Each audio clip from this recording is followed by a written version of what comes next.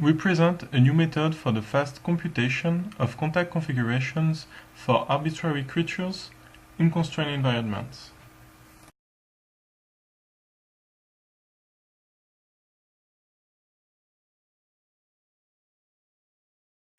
We consider the issue of computing limb configurations that are in contact with the environment. This allows virtual creatures to achieve complex tasks such as getting up from a sofa.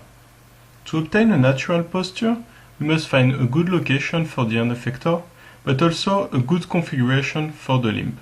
But what is a good configuration? We address this question with a measure called the force transmission ratio. It is based on the manipulability ellipsoid. The length of the ellipsoid axis is proportional to the potential force that can be exerted in their direction.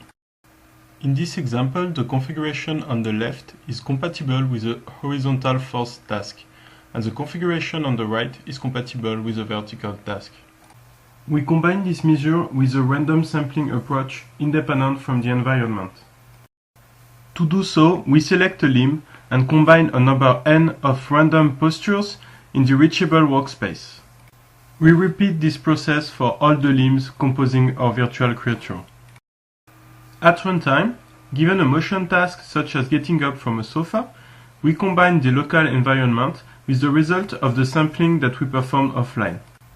We then select the collision-free postures in contact with the environment, and from those, we select the best configuration according to the heuristic we introduced before.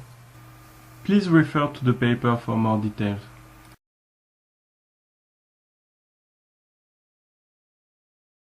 In this example, given a task represented by the black arrow, we compute appropriate limb configurations for this six-limbed insect.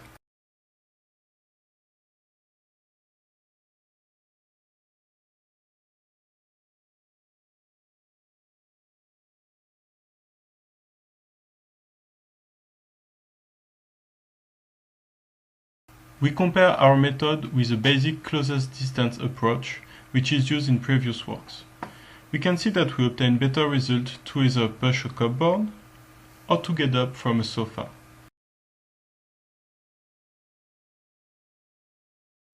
Here is an example of a resulting motion synthesis computed in real time with an inverse kinematic solver. We now consider motion on a climbing wall.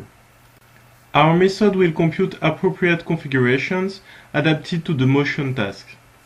On the other hand, a method such as the closest distance heuristic doesn't account for the motion task. Therefore, it will always compute the same configuration.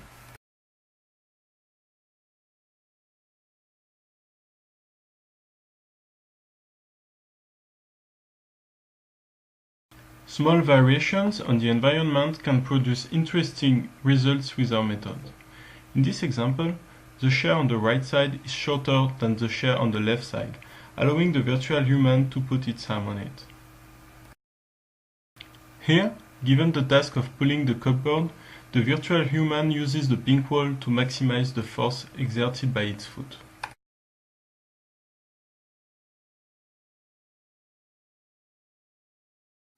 In this interactive scenario, a virtual human is driven by a user with a joystick.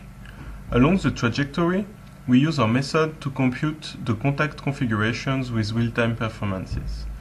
The motion is computed using a simple inverse kinematic solver that is to be replaced with a dynamic approach in future work.